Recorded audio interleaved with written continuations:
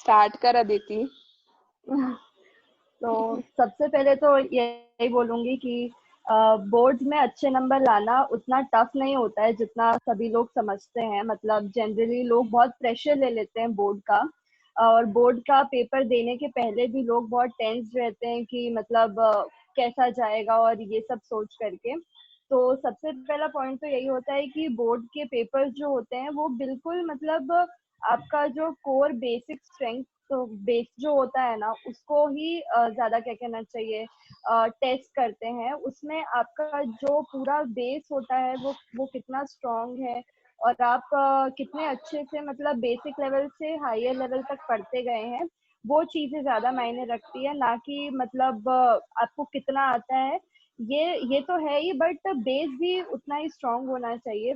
और मतलब जब भी आप किसी भी बुक से पढ़ते हैं तो जरूरी नहीं है कि आप हमेशा साल भर एनसीईआरटी पढ़ें, ना पढ़ें। मैंने पर्सनली साल भर में सिर्फ 2 ही बार एनसीईआरटी पढ़ी थी, और वो भी सिर्फ और सिर्फ पेपर के टाइम पे। मैं साल भर अलग अलग जगह से बनाती रही। तो कहना ये है कि आप भले कहीं से भी बनाते रहे, आपका जो मेन मोटिव होना चाहिए कि आप पूरा बोर्ड से लेकर के कॉम्पिटिटिव एग्जाम्स तक के सारा पोर्शन कवर करें।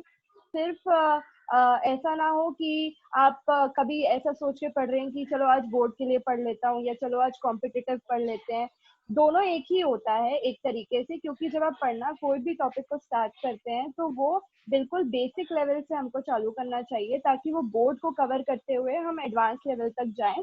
तो उस हिसाब से पढ़ना चाहिए, और कभी भी कोई भी चैप्टर छोड़ना नहीं चाहिए। कभी कभी अपन ऐसा सोचने लगते हैं कि शायद ये चैप्टर थोड़ा इजी होगा, निकल जाएगा, छोड़ देते हैं करके, इस पे आ जाते हैं करके। ऐसा कभी कोई चैप्टर नहीं होता। सारे चैप्टर का अपना अपना इक्वल वेटेज होता है, अपना अपना एक क्या कहना चाहिए सबका एक अलग चीज होता है जो जरूरी होता है, और इवेंचुअली तो सारे ही पोर्शन पेपर में कवर होते हैं, तो हमको सभी पे इक्वली ध्यान देना चाहिए।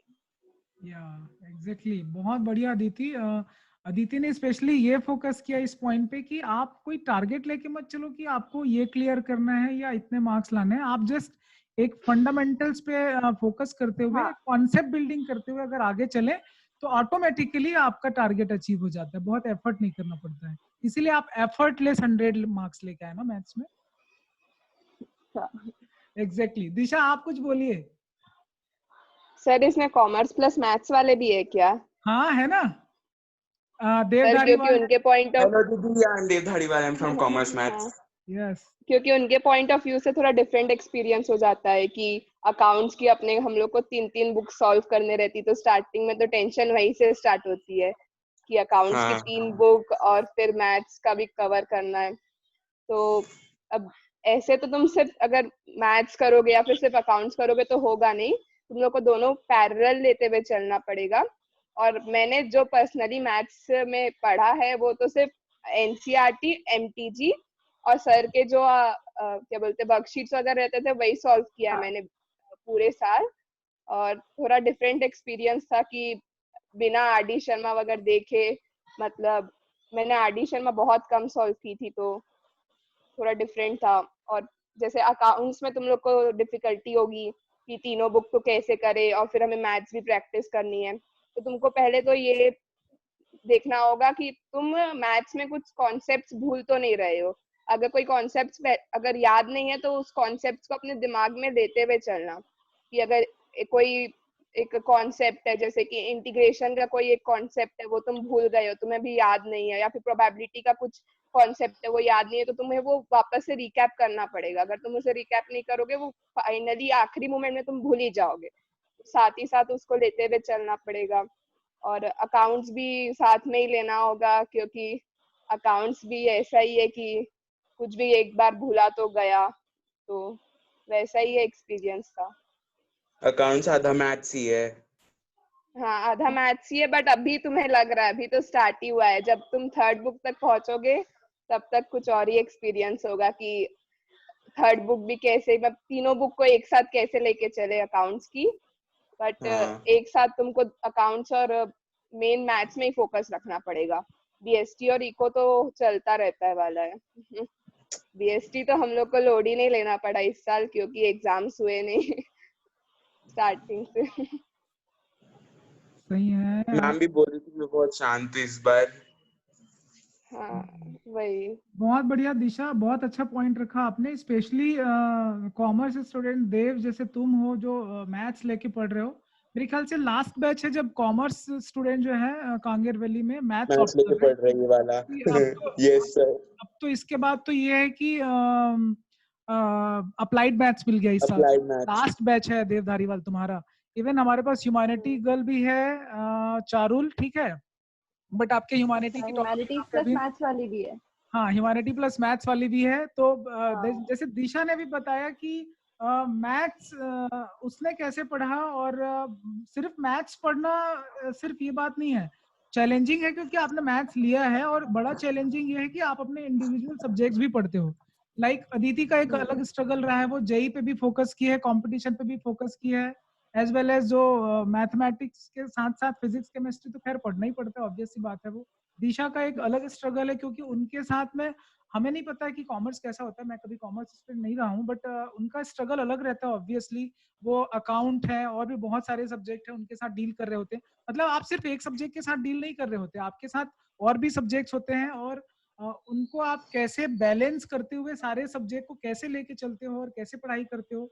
हर सब्जेक्ट की पढ़ाई अलग होती है और हर एक पे फोकस करना। Yes Dev, you raise your hand, बोलिए। सर क्वेश्चन है दोनों से मेरे को हाँ कि ऐसा कभी आप लोगों के साथ हुआ है कि जैसे कि आपका टेस्ट में अच्छा मार्क्स आ गया बहुत और लेकिन एग्जाम में नहीं आया? पहली बात तो मेरे टेस्ट में कभी अच्छे नंबर आते ही नहीं थे। मैं तो फिजिक्स केमिस्ट्री में स्कूल में यूनिट टेस्ट में ज्यादातर फेल ही होती रहती थी। तो दत्ता सर और हिमांशु सर मेरे को हमेशा बोलते थे थोड़ा तो पढ़ ले, थोड़ा तो पढ़ ले, पास हो जा करके। मैं हमेशा यूनिट टेस्ट में फेल होती थी। सिर्फ मैथ्स में मेरे अच्छे नंबर आते थे क्योंकि मैथ्स मतलब कहना चाहिए साल भर जो है ना, 12th में मैं जैसा बोलूँ तो हमारा जो कोचिंग था एंड जो स्कूल था वो बिल्कुल पैरेलली चला मैथ्स में साल भर। तो मुझे ना मैथ्स में कभी कोई प्रॉब्लम ही नहीं गई साल भर। उधर पे जो चलता रहता था वो भी इधर ही चलता रहता था, तो प्रैक्टिस पैरेलली ही चली। बट फिजिक्स और केमिस्ट्री में कई बार ऐसा होता था कि फिजिक्स में कुछ और कहीं चल रहा है और यहाँ कुछ और चल रहा है, तो उसके कारण बहुत कहना चाहिए कंफ्यूजिंग हो जाता था कि ध्यान किस तरफ दे ज्यादा। और दो अलग अलग टॉपिक जब साथ में चलते रहते हैं तो वो हमेशा ही होता था कि कुछ ना कुछ कहीं ना कहीं का छूट जाता था। तो यूनिट टेस्ट के मार्क्स से तो कभी मेरे को ऐसा कुछ फर्क पड़ा नहीं, क्योंकि मेरे को पता रहता था कि मेरी प्रिपरेशन आधी है तो मेरे नंबर भी आएंगे नहीं। तो मेरे साथ तो हमेशा उल्टा होता था कि यूनिट टेस्ट में खराब आते थे और फाइनली अच्छे आ जाते थे। तो मेरे को कभी यूनिट टेस्ट से कुछ खास फर्क पड़ा ही नहीं, ना मेरे को पड़ता था ना मतलब किसी को भी नहीं रहा कि, क्योंकि यूनिट टेस्ट की प्रिपरेशन टोटली अलग होती है और आपके फाइनल्स की प्रिपरेशन टोटली अलग होती है। दोनों बहुत अलग होते हैं एक दूसरे से। तो कहना चाहिए कि आपकी जो फाइनल एफर्ट होती है वो आपकी पूरी साल भर का एक कहना चाहिए मिक्स्ड होता है। वो एक दिन का प्रिपरेशन नहीं होता है जो बोर्ड के लिए होता है, वो आपने साल भर जो पढ़ा होता है वो उसका रिजल्ट होता है। तो साल भर आप भले इधर उधर से टुकड़ों टुकड़ों में पढ़ते रहे, बट लास्ट में उसको पूरा कंबाइन करके आपको एज अ होल पढ़ के उसको सब चीज को कवर करके ही आपको जाना चाहिए। तो यूनिट टेस्ट के मार्क्स को कभी उतना सीरियसली नहीं लेना चाहिए, बट पेपर को सीरियसली देना चाहिए। आप यूनिट टेस्ट को जितना आप जानते हैं, जितना प्रिपेयर कर सकते हैं at the very end moment, आप उतना करके जाइए। और जितने आते हैं उस पे गौर जरूर करिए कि आपके नंबर कहाँ कटे। बट उसको ऐसा मत लीजिए कि यार यहाँ पे मेरे 20 में 10 आए तो शायद मेरा वहां पर भी ऐसे ही टाइप का हाल रहेगा। वैसा कभी नहीं होता है। मैं तो केमिस्ट्री फिजिक्स में ज्यादातर 10-11 से ज्यादा ला ही नहीं पाती थी 20 में। सिर्फ मैथ्स में मेरे नंबर आ जाते थे। तो मेरे को तो कभी ऐसा कुछ लगा नहीं कि उससे फाइनल रिजल्ट पे कोई फर्क पड़ता है। ओके। दिशा सेम क्वेश्चन तो टू। मेरा एक्सपीरियंस पूरा हाँ, मेरा एक्सपीरियंस पूरा उल्टा था। मेरे यूनिट टेस्ट में मार्क्स आ जाते थे, पर जब एग्जाम टाइम पे मैं कहीं ना कहीं पीछे रह जाती थी, है ना सर? Same here. हाँ, तो वही तो यूनिट टेस्ट में जैसे 2-3 चैप्टर्स होते तो अपने मार्क्स आ जाते, पर एक मेन एग्जाम में हमें पूरा एक साथ लेके चलना पड़ता है सारे बुक्स को। तो पहले से तुम लोग थोड़ा थोड़ा करके पढ़ते रहोगे तभी हाँ। होगा, नहीं तो फिर पूरे में ही पीछे रह जाओगे वाला है। स्टार्टिंग से बेस भी क्लियर होना चाहिए, और फिर थोड़ा थोड़ा करके कंप्लीट करना पड़ेगा तुम लोग को कोर्स। एक साथ कभी करने का सोचना भी मत कि मैं पूरा एक साथ करूंगा बाद में आखिरी में, हमेशा स्टार्टिंग से थोड़ा थोड़ा करके पढ़ते रहना, तो फिर दोनों में अच्छे आएंगे, कभी आगे आएंगे कभी पीछे आएंगे, ऐसा रहेगा। बहुत बढ़िया पॉइंट बोला है दिशा और अदिति दोनों ने। और मैं आप लोग को बता दूं, क्लास 12th स्टूडेंट, अभी आप लोग सुन पा रहे हैं? पार्थ, ओम, सारे लोग हो ना? Yes sir. अनादि, चारुल, है ना? आप लोग सुन रहे हैं मेरे ख्याल से? तो यस सर। हाँ। तो मैं आप लोग को एक बात बताऊं, ये यूनिट टेस्ट और इंटरनल मार्क्स की, इंटरनल स्कोर के बारे में बहुत सारी कहानियां मैं आपको बता देता हूँ, ठीक है? बहुत सारी स्टोरीज हैं। ये जो बैच था अदिति और दिशा लोगों का, जो बैच था अभी तक से मैंने जितना भी बैच पढ़ाया है, ठीक है, उसमें द फाइनेस्ट वन था। और मुझे बताने की जरूरत नहीं कि दोनों बच्चे यहाँ पे जो है अदिति और दिशा, ये मतलब इनके अंदर जो कंपटीशन है, ठीक है, ये ठूस ठूस के भरा है, ये एक्सेप्ट करे ना करे। क्योंकि मुझे अच्छे से याद है कि कई बार ऐसे मैंने देखा है कि कभी दिशा ने टॉप किया है उसी एग्जाम में, कभी अदिति ने टॉप किया है, कई बार हुआ है कि दोनों ने टॉप नहीं भी किया है। तो उस क्लास में ऐसा हुआ है कि कई बार किसी ने टॉप किया, कई बार किसी ने टॉप किया, लेकिन इनकी जो टेंडेंसी थी इन दोनों की, ये मैंने हमेशा देखा है। मैं अपने सब्जेक्ट वाइज बता रहा हूँ, तो मैथमेटिक्स में इनकी टेंडेंसी थी कि ये, इनकी इच्छा रहती थी कि हाईएस्ट स्कोरर यही हो, क्योंकि उस टाइम पे ये होता था कि मैथ्स और कॉमर्स स्ट्रीम दोनों क्लास के जो बच्चे हैं उनका हम लोग एक जॉइंट स्कोर रिलीज करते थे, याद है आप लोगों को? हाँ, यस सर। उसमें 11th कई में तो बार ज्यादा कई बहुत बार करते अदिति थे। ने टॉप किया भी है, नहीं भी किया है, कई बार दिशा ने टॉप किया है, कभी किसी ने टॉप किया है, कभी किसी ने टॉप किया। कंसिस्टेंटली किसी ने टॉप नहीं किया था उसमें। कि मैं बोलूं कि 11th से लेकर 12th में कई बार यूनिट टेस्ट हुए, कई बार मिड टर्म हुआ, प्री मिड, पोस्ट मिड, कई एग्जाम्स हुए हैं, ठीक है उसमें। लेकिन टॉप 5 में तो ऑब्वियसली आप दोनों थे। आई मीन रैंकिंग थोड़ी बहुत कंपटीशन क्योंकि होता था, तो 1% 2% की वजह से आगे पीछे हमेशा चलते रहता था, बट कंपटीशन स्पिरिट जो है वो हमेशा बना रहता था, ऐसा था ना? हाँ सर। Yes yes. वो तो बहुत मतलब ऐसा टफ कंपटीशन टाइप का चलता ही रहता था। 11th में गैप्स रहते थे क्योंकि 11th बिल्कुल इनिशियल होता है, तो 11th में सभी लोगों के अपने अपने स्ट्रगल रहते हैं कि कोप कैसे करें, इतना ज्यादा नया कोर्स आ जाता है, सब कुछ इतना ट्रिपल हो जाता है इनिशियल से। तो उस समय तो सभी लोगों के साथ ये थोड़ा रहता ही है कि कैसे पेसअप करें, कहीं कुछ चल रहा है कहीं कुछ चल रहा है, मतलब टाइम मैनेजमेंट की बहुत प्रॉब्लम होती है। बट 12th में धीरे धीरे सब कुछ कंफर्टेबल होने लगता है, तो 12th तो स्मूथली ही निकलता है। 11th में अगर आपको लगे कि 11th में आप कहीं ना कहीं थोड़े ऐसे मतलब उतना अच्छा नहीं कर पा रहे हैं, तो वो टोटली मतलब इफेक्ट नहीं करता कि आप 12th में कैसा करेंगे, कोई प्रेडिक्ट नहीं कर सकता, क्योंकि 12th बहुत स्मूथर होता है 11th से। 11th मेरे को पर्सनली 12th से थोड़ा ज्यादा टफ भी लगता है भी वो हर महीने में है, क्योंकि मैथ्स भी बहुत कोऑर्डिनेट वगैरह रहता है, तो वो भी बहुत अपनी जगह पे टफ हो जाता है।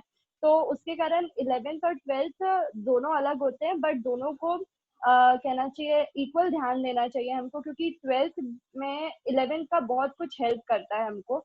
11th को हम कहना चाहिए एक तरीके से कैरी ऑन करते हैं 12th में, और उसके बहुत सारे कंसेप्ट हमको 12th में भी यूज में आते हैं। और अगर सभी लोग आप लोग कहना चाहिए कॉम्पिटिटिव पे भी ध्यान देते हैं और कॉम्पिटिटिव देने का भी सोच रहे हैं, तो वहाँ पे तो 11 12 दोनों आता ही है। तो हमको दोनों से टच में रहना चाहिए, साल भर रहना चाहिए। और मैथ्स तो एक दिन या 2 दिन वाला होता ही नहीं है कभी। मैथ्स का तो ऐसा है कि आपने साल भर कितनी प्रैक्टिस की है वो पूरा उसी पे डिपेंड करता है। लास्ट डे पे आप नहीं भी करें तो भी उससे कुछ अंतर पड़ेगा नहीं, क्योंकि आपने जो साल भर किया है रिजल्ट उसी से मिलेगा। एग्जैक्टली, बहुत बढ़िया पॉइंट बोला दीदी ने। दिशा, मेरा एक सवाल आपसे है कि जैसे कि आप लोग कॉमर्स स्ट्रीम के थे और इधर साइंस स्ट्रीम के थे जो जेई प्रिपेयर कर रहे थे, और एट द सेम टाइम आप लोग सेम पेपर देते थे, तो वो एक्सपीरियंस कैसा है कि कभी आप लोग टॉप भी करते थे, बीट भी करते थे साइंस स्ट्रीम के स्टूडेंट को, आप लोग टॉप रैंक में भी आते थे? मुझे अच्छे से याद है कभी आपने टॉप किया है, कभी सृष्टि ने। तो वो एक्सपीरियंस कैसे है कि एज ए कॉमर्स स्टूडेंट होते हुए साइंस स्ट्रीम के साथ मैच करना कैसा लगता था? क्या एक्सपीरियंस था? कितना इजी लगता था? क्या चैलेंजेस लगते थे आपको, वो जरूर बताइए। चैलेंजेस तो एज सच नहीं थे, मतलब क्वेश्चन पेपर क्योंकि हम दोनों का सेम आता था, पर ऐसा लगता था कि साइंस वालों को ज्यादा मेहनत करनी पड़ती है ये मैथ्स वगैरह के लिए, क्योंकि उनके लिए तीनों ही सब्जेक्ट एकदम स्कोर है और उनके फ्यूचर में मतलब तीनों ही सब्जेक्ट इक्वली इफेक्ट करेंगे। तो हमें तो ऐसे कोई चैलेंजेस ये लगते थे कि वो ज्यादा हायर लेवल में पढ़ते थे और हम बेसिक जाते थे, क्योंकि हमें जेई वगैरह देना नहीं था, तो हम बेसिक में ही रहते थे, उतना हायर लेवल नहीं जाते थे। बट ये ज्यादा ही एकदम टफ क्वेश्चंस पढ़ के आते थे तो वही उतने कुछ चैलेंजेस नहीं रहेंगे मेरे लेकिन ख्याल हाँ से। बिल्कुल सही बोला दिशा ने कि कोई ऐसा खास चैलेंज फील किया भी नहीं इन्होंने, क्योंकि पेपर लगभग नहीं। सेम होता था, सिलेबस सेम था, और जो कंपटीशन लेवल था सीबीएसई 12th स्टैंडर्ड पे, जो बोर्ड के लेवल पे, वो कंपटीशन ऑलमोस्ट सेम था। और उसके हैबिचुअल भी थे आप लोग, क्योंकि सिर्फ एक साल 12th नहीं पढ़ा है, 11 से वो सारी चीजें आप लोग फेस करते आए। तो ऐसा एक नॉर्मल जैसा सब्जेक्ट होता है उसी तरह आप लोगों को लगा होगा। जैसे पीसीएम वालों के लिए तो मेन सब्जेक्ट होता है, बट आप लोगों के लिए एक ऑप्शनल सब्जेक्ट था। तो ऐसा मुझे नहीं लगता कि आप लोगों को थोड़ा भी डिफरेंस फील हुआ होगा। Maths student is always a maths student, है ना, चाहे वो स्ट्रीम कॉमर्स वाले हो चाहे वो ह्यूमैनिटी हो। आप सुन पा रहे हैं चारुल? यस सर, हाँ हाँ मैं सुन रही हूँ। हाँ, तो दिशा को सुन लो, आप टॉपर का ये बोलना है कि ऐसा कोई फर्क नहीं पड़ता है कि आप कौन से सब्जेक्ट वाले हो, पीसीएम वाले हो कि कॉमर्स वाले हो कि ह्यूमैनिटी वाले हो। पेपर जब सेम आना है, सिलेबस सेम है, तो इट्स नॉट अ चैलेंज, है ना। यही बात बोला दिशा ने भी, बहुत अच्छा। और यस बाकी लोग भी जिनकी क्यूरियोसिटी है, टॉपर्स आपके साथ हैं, प्लीज अगर आपको कुछ सजेशंस लेना है, कुछ क्वेश्चंस पूछने हैं तो पूछिए, बाकी लोग। यस सर, मुझे एक पूछना था। अदिति दीदी, मैंने आपका शायद एक बार स्कोर देखा था जेई का, 90 या 91 कुछ परसेंटाइल था। तो आप जैसा बोल रहे हैं कि आपका 12th में 10 और 11 मार्क्स आते थे और 20, तो आप जेई में इतना कैसे कर लिए? मतलब जेई में 91 परसेंटाइल। जेई में तो मेरे नंबर अच्छे नहीं आए थे, मेरे को तो बिल्कुल पसंद नहीं आए थे मेरे नंबर, क्योंकि जेई का कैसा रहता है कि भले आपका 95 परसेंटाइल आ जाए, वो मार्क्स से बहुत डिफरेंट होता है। मार्क्स में तो वो आई गेस 100 के आसपास ही बनता है, 300 में। तो वहां पे तो 99 के ऊपर ही अच्छा लगता है, क्यों तभी मतलब आपके 60% 70% टाइप के मार्क्स आए। तो मेरे तो 94 टाइप कुछ आए थे और मेरे को तो बिल्कुल पसंद नहीं आए थे उतने, क्योंकि वो मार्क्स में आई गेस 105 टाइप का ही कन्वर्ट होता है, जो 300 में बहुत मतलब मेरे को तो पसंद नहीं आए थे, क्योंकि मेरा गोल था कि 200 के ऊपर लाना है टाइप का। बट उस टाइम पे रश बहुत हो गया था, कोर्स कंप्लीट जस्ट हुआ था और 10 दिन के बाद पेपर था, तो रश बहुत ज्यादा था। और उसके कारण ऐसा हो गया था कि क्या पढ़ रहे हैं पता ही नहीं चल रहा था, इतना सारा पढ़ने को था और 10 ही 15 दिन बचे थे और सबको ऐसे वाइंड अप करना था। तो बहुत ही मतलब टाइम मैनेजमेंट की बहुत प्रॉब्लम हुई थी और पेपर के दिन में बहुत ज्यादा पैनिक कर गई थी मैं तो, कि मतलब कैसा जाएगा। सुबह से ही वो एक कहना चाहिए टेंशन था कि पेपर सही जाएगा कि बिगड़ जाएगा टाइप का। तो वो पेपर उसी के चक्कर में बिगड़ा था। तो मेरा तो यही कहना रहेगा कि कोई भी पेपर देने के लिए बैठो तो उससे तो मैंने यही सीखा था कि मतलब पेपर देने के पहले पैनिक करोगे तो पेपर बिगड़ेगा ही। और वो चीज मैंने बोर्ड्स में सुधारी थी, मैं बोर्ड्स में कभी भी किसी भी पेपर के टाइम पे टेंस नहीं थी और उसी कारण सारे पेपर स्मूथली गए थे। और मैं सिर्फ ये देखने के लिए पेपर देने के लिए बैठती थी, मतलब ये सोच के कि मुझे कितना आता है, मेरे को यही चेक करना रहता था हर पेपर के बाद कि मेरे को कितना आता है। और वही सोच करके बैठोगे पेपर देने एकदम कामली तो पेपर अच्छा जाएगा ही। और 90 वगैरह परसेंटाइल मेंस में जो होता है ना, मेंस के तो मेरे हिसाब से परसेंटाइल में कभी चेक नहीं करती हूँ। मेरे को मेन जो फर्क पड़ता है वो रहता है मार्क्स से। आप खुद के दिमाग में खुद को मतलब खुद से क्या एक्सपेक्टेशन रखते हो, ये मेन होता है। मैं अपने से एक्सपेक्ट करती थी कि मेरा 180 या 200 प्लस आएगा, पर मेरा उतना नहीं आया था। तो भले फिर परसेंटाइल 94 और 93 हो, मेरे को वो कम ही लगा था। तो वैसा है कि आपको अपने से क्या एक्सपेक्टेशंस है, वो पूरा उसी पे डिपेंड करता है। बहुत बढ़िया अदिति। मैं एक सवाल आप लोगों से पूछना चाह रहा था पर्सनली, ये मेरा क्वेश्चन है। जैसे मैं पहले बता दूं बाकी लोगों को कि अदिति ने मैथ्स में 100 लेके आया था 12 बोर्ड में और दिशा का 96 था। दोनों के दोनों टॉपर हैं और मुझे नहीं लगता कि अगर शायद दिशा से कहीं कुछ एरर हो गया होगा, अदरवाइज वो भी क्लोज टू 100 ही होती, मे बी 100 आउट। सर मैं बताना चाहूंगी, हाँ हाँ सर मैं इनको बताना चाहूंगी कि मैंने प्रोबेबिलिटी को इतने अच्छे से मैंने एकदम लाइटली लिया था और हाँ। मेरे 3 मार्क वहीं कटे हैं अच्छा प्रोबेबिलिटी के एक क्वेश्चन में। तो कौन सा वहाँ एक कटा और प्रोबेबिलिटी? एक एमसीक्यू में कटा। हाँ, अच्छा, प्रोबेबिलिटी का वो प्रोबेबिलिटी का एक क्वेश्चन था। प्रोबेबिलिटी। कंफ्यूजन मेरी भी जब पेपर के बाद आपसे बात हुई थी तो मैंने आपको कहा था कि मेरे को सिर्फ एक ही 3 नंबर के क्वेश्चन में डाउट है कि हाँ अगर वो सही हो गया तो 100 आ जाएगा, अदरवाइज 97 टाइप रह जाएगा। वो वही प्रोबेबिलिटी का क्वेश्चन था और बिल्कुल मेजोरिटी लोगों की गलती उसी में हुई है। बिल्कुल तो बिल्कुल। हम लोग भी जब मैं और दिशा पेपर डिस्कस कर रहे थे पेपर के बाद पार्किंग एरिया में, तो हम लोग भी वही क्वेश्चन डिस्कस कर रहे थे और वहीं पे दिशा की गलती पकड़ आ गई थी।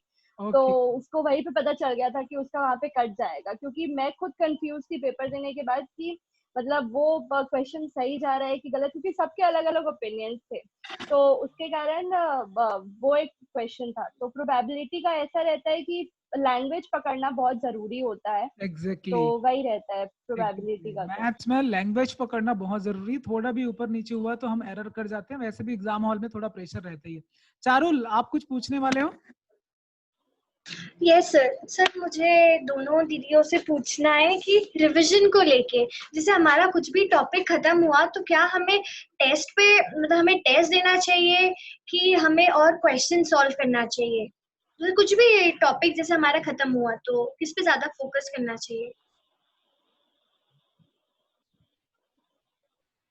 यही है। बता दो। क्वेश्चन सॉल्व करने में ही फोकस होना चाहिए। मतलब टेस्ट वगैरह तो जैसे हम लोग देते रहते हैं, पर क्वेश्चंस जितने ज्यादा प्रैक्टिस होंगे उतने ज्यादा अपनी मतलब कॉन्सेप्ट ज्यादा बिल्ट होगा। तो क्वेश्चन सॉल्व करने में ज्यादा प्रैक्टिस करनी चाहिए। More practice. अच्छा अच्छा। दिशा ने बहुत क्वेश्चन सॉल्व किया है। मेरे ख्याल से ऐसा कोई टॉपिक नहीं कि दिशा ने क्वेश्चन प्रैक्टिस नहीं किया है, क्योंकि मैं जब भी क्लास में जाता था और ये पूछता था कि किसने किसने क्या क्या प्रैक्टिस किया था, तो दिशा का हमेशा रेडी रहता था कि सर ये एमटीजे के इतने क्वेश्चन हो गए हैं। ये सही बात है ना? या मैंने कभी बोर्ड के पेपर सॉल्व करने बोला तो ऐसा कभी नहीं हुआ कि